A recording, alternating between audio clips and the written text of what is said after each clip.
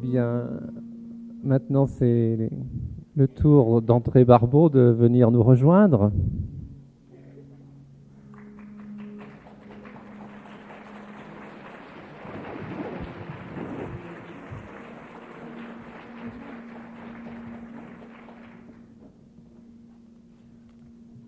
Est-ce qu'on peut avoir un peu du ciel étoilé de nuit?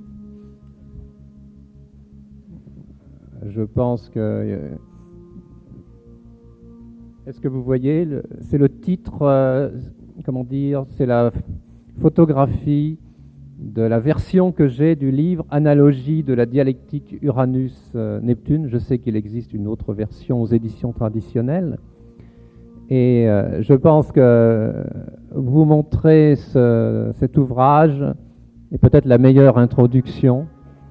C'est un ouvrage qui avait été réédité en 1974, mais il datait de 1950. C'est pour ça que sur ma version, j'avais mis un 50 en dessous. C'est pas le prix, vous voyez, c'est l'année où cet ouvrage est sorti.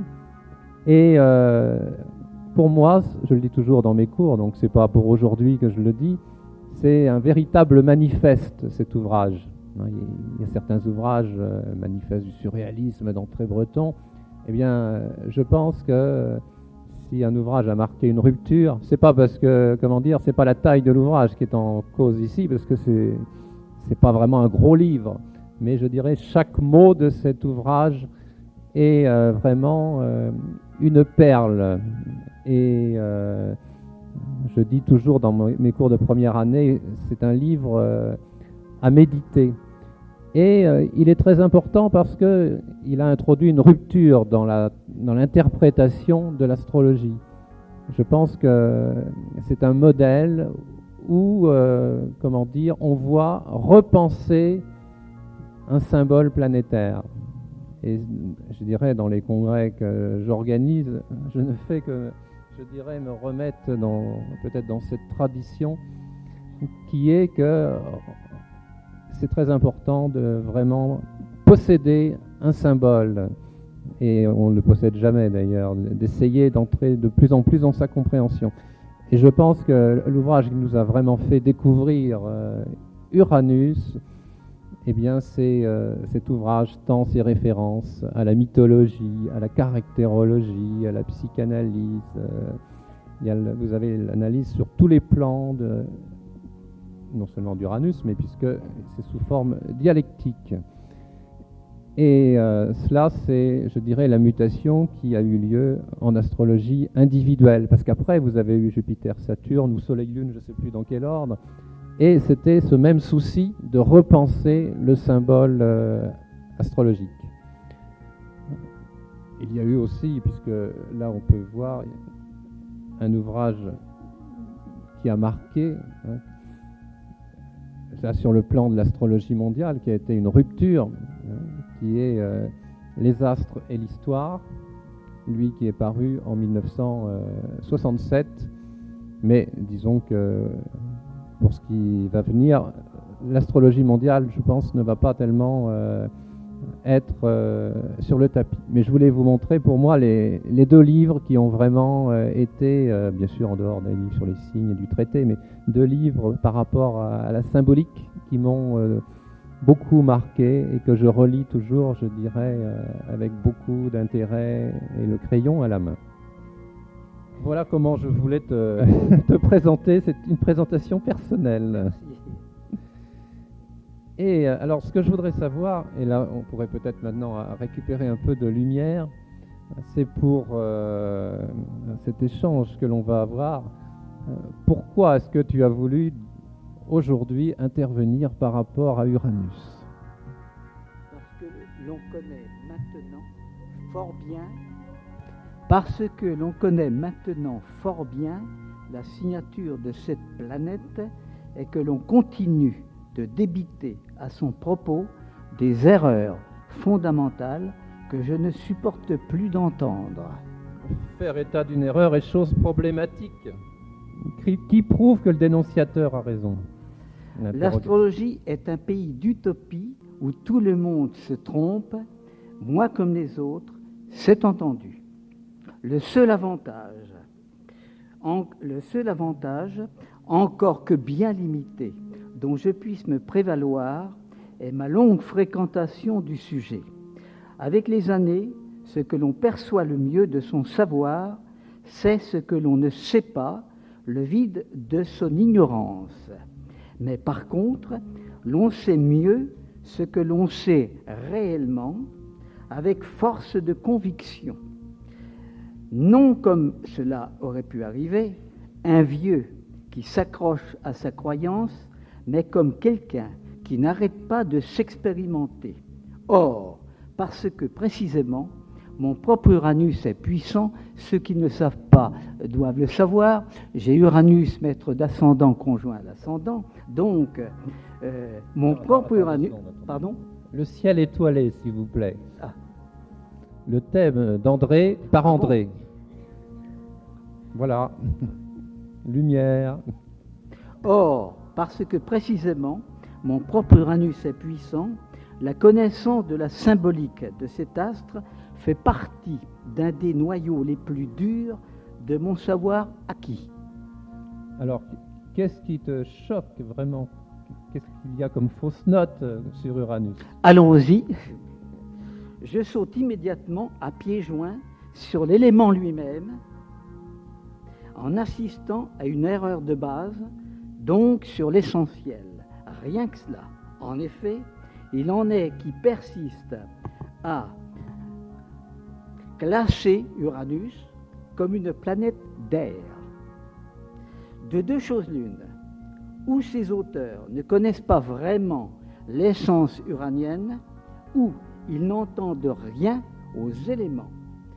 On saisit la cause de cette monstruosité, on a en quelque sorte filé à la planète l'élément triplicitaire de son signe, bien sûr le Verseau, alors que c'est à la planète maîtresse, à la planète rectrice, que revient de transférer sa nature élémentale à son domicile, quelle que soit sa triplicité. Tu reviens naturellement à la plaquette de 1950, où Jean Carteret et toi avez campé une dialectique Uranus-Neptune, face au dieu des océans, principe d'eau primordiale, et le dieu du ciel, principe du feu primordial. Le ciel peut pourtant aussi donner à penser à l'air. Le doute est permis. Si l'on me demandait de livrer la plus belle image symbolique d'Uranus, puisée parmi les phénomènes de la nature, j'adopterais aussitôt l'éclair de l'orage avec le tonnerre venu d'en haut.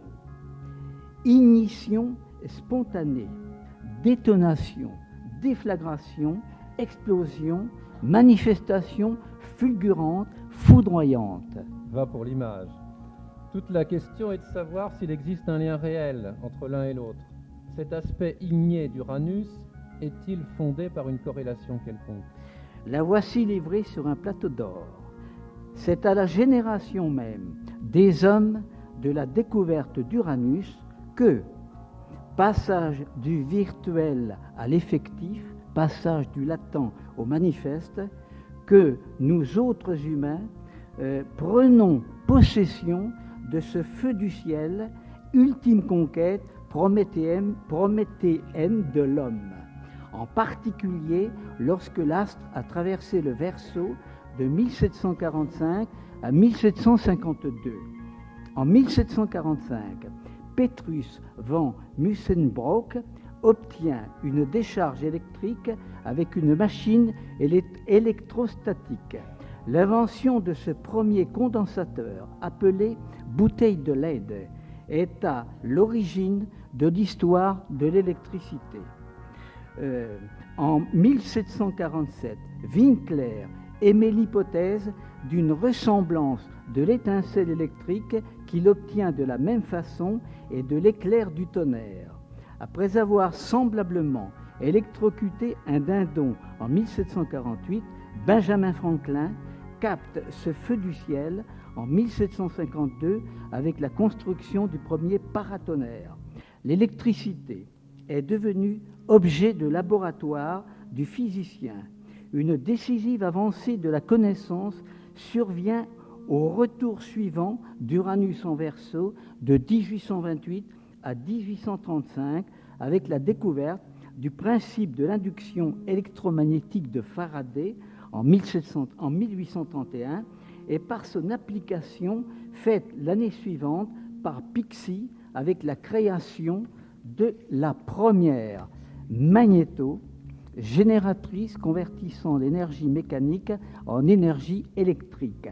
La fée électricité va bientôt prendre le chemin de l'industrie et en un siècle, elle va devenir la reine du monde. Car nous sommes ici au cœur du feu. Le mot-clé premier d'Uranus, c'est l'énergie. L'énergie, source de changement, de création, d'invention, de progrès, d'aventure, puissance dont la poussée va provoquer une accélération vertigineuse de l'histoire, tandis que, nouvelle prouesse prométhéenne, l'homme décolle du sol et s'élève dans les airs avec la première ascension en montgolfière en 1783. 2 ans plus tôt, l'année même de la découverte de l'astre, la machine à vapeur de Watt fait son apparition. Le muscle humain, la traction animale et la force hydraulique sont, à partir de là, relayés par la démultiplication fantastique de ces énergies nouvelles sorties du cerveau humain. Songez qu'une femme quasi centenaire, comme l'impératrice Eugénie, a été témoin des successives apparitions du bateau à vapeur, du chemin de fer, du phonographe, du téléphone, du sous-marin, de l'automobile, de l'aviation, du cinéma et de la radio, j'en passe. Certes, sont venus ensuite le pétrole et l'atome, mais songez que sans l'électricité, nous n'aurions pas le moteur à explosion. Donc l'auto, l'avion, etc. À peu de choses près, toute la science appliquée d'aujourd'hui dérive de l'électricité, notre existence quotidienne se déroulant silencieusement sous le signe d'Electra. Si vous n'êtes pas convaincu que le feu est à la base de tout cela, c'est que vous êtes sourd et aveugle. En tout cas, vous devez manquer sérieusement de combustion. Bon, avec cette éloquence, je suis convaincu. Mais est-ce qu'il y a d'autres fausses notes ou c'est la seule? Alors, eh bien, cette fausse note première est cousine d'une seconde. Ce sont généralement les mêmes qui attribuent l'air à Uranus et qui en font l'octave supérieure de Mercure, lequel est lui-même donné par eux comme planète d'air. C'est vraiment de l'astrologie apprise au lycée Papillon. Convenons d'abord de ce qu'est l'octave supérieure. Un prolongement à un niveau plus subtil, le diapason au-dessus, de même qu'il est des couples de planétaires, style Soleil-Lune, et des axes d'antinomie, genre Lune-Mars, Mercure et Uranus ont en commun une évidente cérébralité et une certaine nervosité, mais ce n'est rien de plus qu'un cousinage. Pour nous, terriens, les astres visibles du septénaire initial sont le jour du système solaire, les invisibles découverts depuis en étant la nuit. Le rapport d'octave nous renvoie à l'ordre zodiacal du planétarisme, la succession des orbites planétaires destinant la domiciliation d'Uranus au Verseau, l'astre devenant ainsi l'octave supérieure de Saturne. Ce n'est là que le produit d'un système. Toute la question est de savoir ce qu'il vaut. Tu te dois donc de nous convaincre de sa valeur. Comment d'abord ne pas être impressionné par l'immense mutation qui s'est opérée en si peu de temps depuis la découverte de la planète. De la mémoire de l'histoire jusqu'à elle, la moyenne d'âge des humains ne dépasse pas la trentaine, un chiffre qui vous dit quelque chose. Outre qu'un quadragénaire y fait déjà figure de vieillard. Or, en 2 siècles, et du fait même de cette révolution uranienne de la société, l'on est passé carrément du cycle saturnien au cycle uranien. Aujourd'hui, en effet, tout en restant jeune et de plus en plus longtemps, l'espérance de vie de nous autres a atteint l'ordre des 80 ans. Résultat précisément de la consommation démultipliée des énergies que nous nous sommes créées, nous faisant vivre à un niveau matériel considérablement supérieur. En bref, nous sommes passés d'un âge moyen de 30 ans à 80 ans. Un passage éloquent, en effet. Mais il ne faut pas oublier l'envers de la médaille. Le conservatisme de l'un et la révolution de l'autre, cela jure. En quoi vraiment peut-il y avoir filiation de l'un à l'autre? Prolongation, dépassement, transcendance? Entrer dans ce débat, c'est aborder la troisième erreur majeure que je veux dénoncer. Bon, allons-y, puisque tu es parti dans tes condamnations, accrochons-nous et allons-y. Cette erreur est de forcer la logique classification du planétarisme en 3 familles: planètes inférieures, planètes supérieures et planètes transcendantes.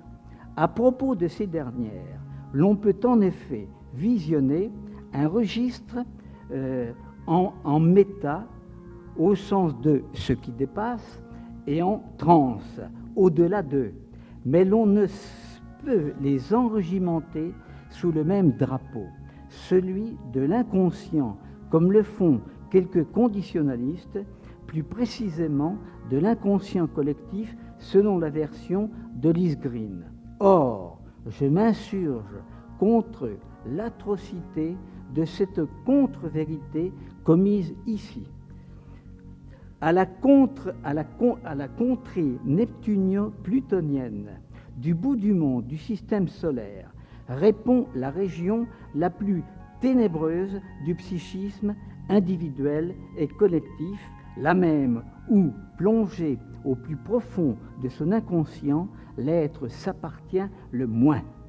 Transcendance de l'autre bord, quel contraste avec l'éclair uranien révélateur qui est, au contraire, pointe de surconscience, crête de lucidité, intensification de puissance, à la frontière du surrationnel où l'être est soulevé par cette intensité de puissance et entend devenir au contraire le plus lui-même. Certes, au départ, Uranus apparaît comme une provocation de Saturne. Terminus du septénaire, Saturne est l'épuisement vital d'une vieillesse tarie, alors qu'Uranus est nouveau départ prolongateur dans une excroissance explosive de vie, un paroxysme de passion, un survoltage de haute tension en aspiration jusqu'au boutiste. Mais Uranus n'en prend pas moins le relais de Saturne pour devenir un sur-Saturne. Le passage de l'un à l'autre est celui de la raison discursive à la raison intuitive. La pensée saturnienne est cartésienne, rationnelle, froide comme la science abstraite qu'elle représente, alors que la pensée uranienne est mue par un esprit de feu en appel de création et de renouveau.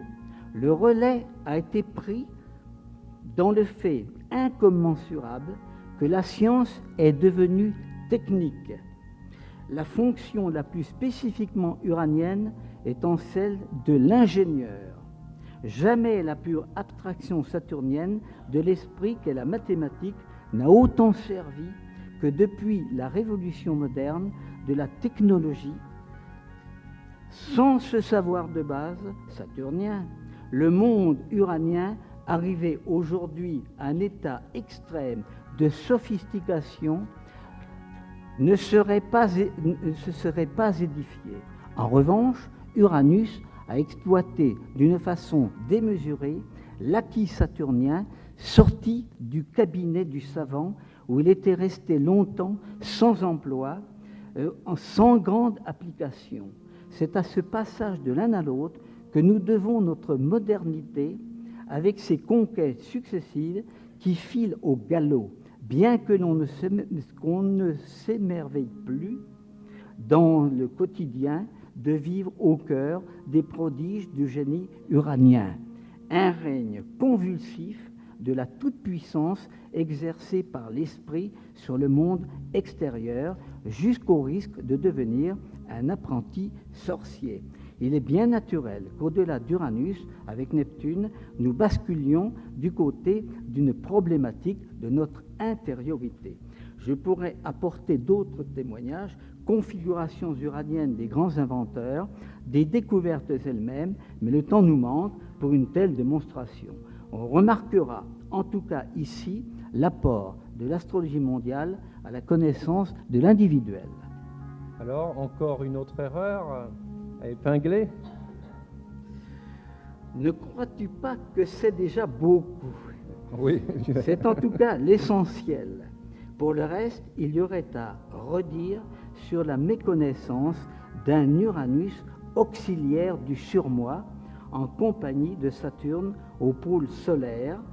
La conjonction ou l'opposition Vénus-Uranus promet-elle immanquablement des coups de foudre, formule rappelant l'éclair, qu'on est loin du compte, vertigineusement cérébral.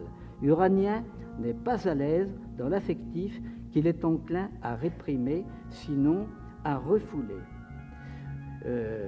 En tout cas à cérébraliser. Son pouvoir de blocage y est grand, mais s'il se défoule, il complexise une vie amoureuse débordante, entraînée dans l'aventure. Évitons au surplus des sottises du genre Uranus, planète de l'amitié, en impulsant aussi un pouvoir sur son maître, etc., etc. Crois-tu que ton message va être bien reçu? Bien entendu, je suis un emmerdeur. J'exerce ici mon uranicité à flinguer les canards boiteux d'Uranie, ce qui ne peut être que désagréable à celui qui pense autrement que moi, en croyant à ses erreurs. Que celui-ci sache bien cependant que ma critique ne lui retire pas du tout l'estime que je lui porte. Tout le monde étant logé à la même enseigne de l'erreur, car je me trompe aussi et dans d'autres circonstances, et je souhaiterais qu'il comprenne que je lui rends service. Il est capital que nous pensions juste. J'ai déjà dit, et je répète, qu'il n'y a d'astrologie qu'à partir de corrélations fondées, et que le bon astrologue est un corrélationniste en pur et dur. L'astrologue focalise le principe anthropique dans l'interférence du regardé et du regardant. Raison de s'interroger sur ses propres astralités pour mieux comprendre comment l'on fonctionne astrologiquement, car chacun de nous finit par interpréter à l'image même de son propre thème. Parfait. Mais que cette liberté entière qui nous est donnée, uranienne en l'occurrence, ne nous autorise pas à dire n'importe quoi, l'astrologie ayant son existence propre. Si nous l'aimons, commençons d'abord par la respecter. On a envie de dire merci pour elle et merci pour vous.